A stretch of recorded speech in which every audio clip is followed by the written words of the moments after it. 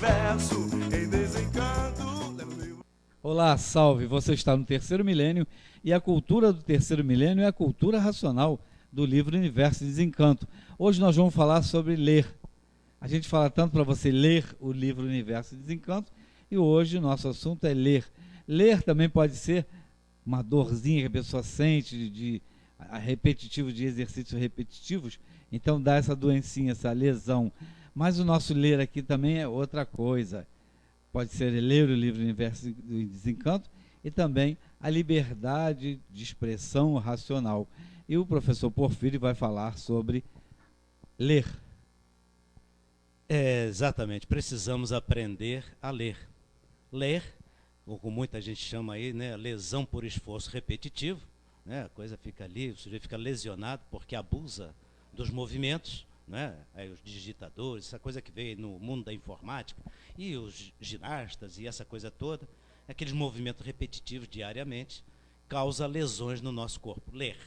Mas o ler que nós estamos falando aqui é o verbo, mas que se aplicam com essas três iniciais, verbo ler, à liberdade da expressão racional. E sobre este assunto é muito interessante que a gente fale, para desimpactar um pouco, às vezes, as pessoas, quando pegam o livro Universo em Desencanto, não consideram essa liberdade de expressão, porque o livro Universo em Desencanto em si, ele vem para nos ensinar o sentido da liberdade. E ele vem em si mesmo, ele tem a sua própria liberdade de expressão racional. Existe uma liberdade de expressão racional no livro Universo em Desencanto, e que muita gente, às vezes, acha que são erros de concordância gramatical. Mas não são erros de concordância gramatical, não, minha gente. Quando você abrir o livro Universo em Desencanto e que você achar que está sendo, que ali não há uma concordância gramatical, analise com paciência. É uma liberdade de expressão para nos fazer sentir uma coisa que nós não teríamos condição jamais de sentir se houvesse aquele sentido gramatical, como muitos intelectuais gostam ou gostariam Porfírio, que fosse. Inclusive fala a energia elétrica e magnética. No caso seriam as energias elétrica e magnética. Isso.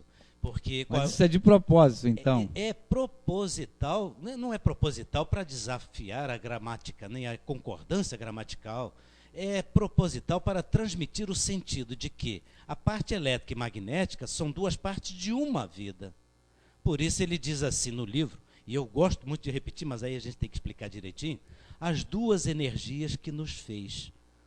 O racional superior na Terra, na hora que ele dita o livro, ele fala assim, as duas energias que nos fez, indicando com isso que quem nos fez é uma vida, que é a vida do chão.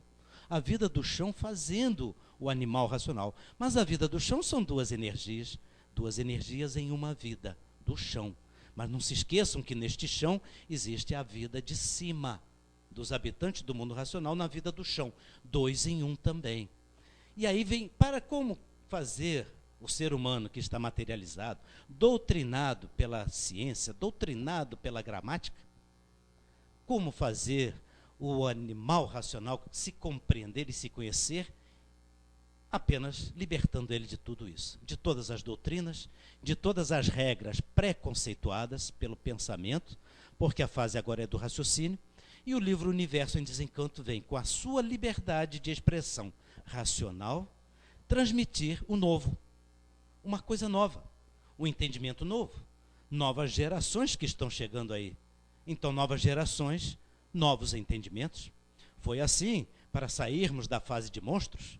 Você sabia? A humanidade já viveu na fase de monstros, muito rudes e atrasados, nem pensar, nem imaginar podíamos, de tão presos que estávamos na matéria e rudes e atrasados, porque era uma vida provisória que estava emergindo do chão, como resultado de duas vidas, nunca podemos esquecer disso, mas estava numa fase primária, veio evoluindo para a fase de selvagens, uma nova construção, uma nova geração, o ser humano, o animal racional, sendo preparado em outros mundos, ainda nem é um animal racional propriamente dito, mas ele está sendo preparado em outros mundos, em outras mecânicas, vamos dizer assim, isso a cultura racional nos explica tintim por tintim, né?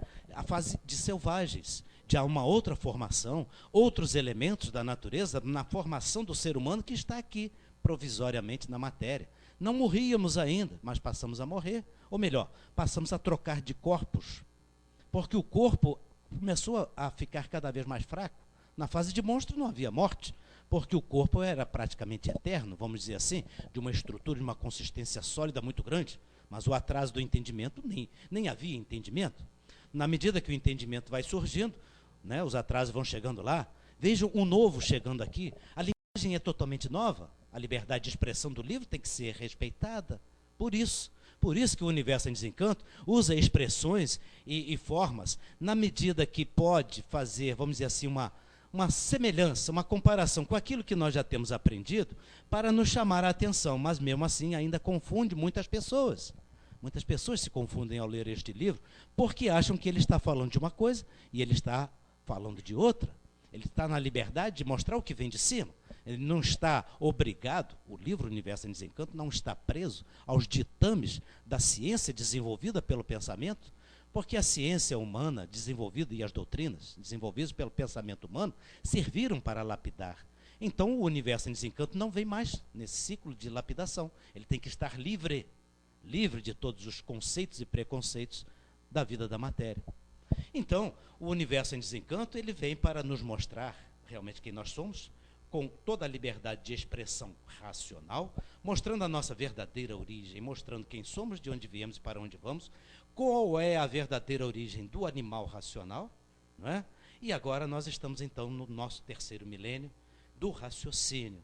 Essa vida que veio fazendo este elo das vidas anteriores, da vida dos habitantes com a vida do chão, o chão se multiplicando numa infinidade de vidas, e a categoria, a classe de animal racional, a categoria de bicho, porque a categoria é de bicho, dividida em duas classes. Categoria do bicho de origem racional está dividida em duas classes. A classe do animal racional e a classe do animal irracional. Então, são duas classes numa mesma categoria. O que identifica a categoria? É o pingo d'água, é o sêmen, a semente. O bichinho lá, o pingo d'água que vai germinar um novo bicho. Ou na classe racional ou na classe irracional. O animal racional tem a ligação com o raciocínio. E o irracional já não tem mais esta ligação. Ele nasce do chão de um pingo d'água, a semelhança, não é? Um cavalo, uma vaca, um cachorro tem um pingo d'água, que é o sêmen. E o ser humano também tem. Mas o pingo d'água, ou o sêmen do ser humano, foi construído com o vínculo do raciocínio.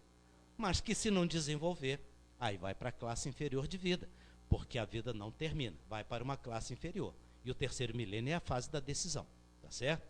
Então, para explicar isto tudo, minha gente, como que um livro feito pela mentalidade humana, pela intelectualidade humana, como que um livro poderia explicar uma coisa que ninguém conhece, que ninguém sabia, que vai entender agora? Tem que ter sua liberdade. E o mais impressionante, essa liberdade se estende a tudo que diz respeito da fase racional.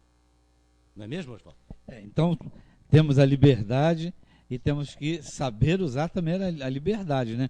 Porque a liberdade mal usada também dá mais consequências. E foi o que aconteceu quando nós estávamos no mundo racional, usamos a liberdade demais, abusamos da liberdade e viemos parar aqui nesse mundo.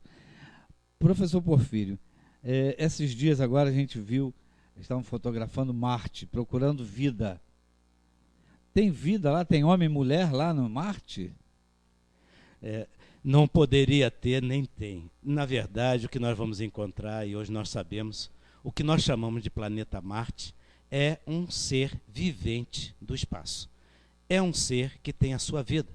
São uma infinidade de seres que foram formados no astral inferior, e temos também no astral superior, em outras paragens, em outras elevações, uma infinidade de seres que foram formados a partir daquela gênese cósmica que a gente encontra com toda a simplicidade na cultura racional. Uma descrição bem simples, bem livre, leve e solta, que é a liberdade de expressão racional, definir o mundo cósmico para, com todo respeito, os semi-analfabetos do conhecimento humano poderem compreender.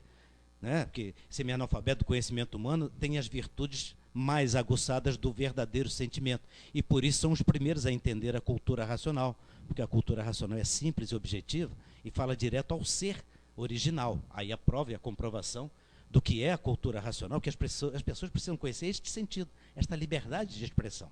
Tá? E Marte é um ser vivente, ele tem vida própria. Não vai encontrar multiplicações de vida lá? Não. Não há condições de multiplicações de vida. Vai encontrar Porfírio. o DNA? Não. Vai encontrar o elemento que forma o DNA na Terra, porque ele é um dos contribuintes, vamos dizer assim, para a formação do DNA dos bichos na Terra.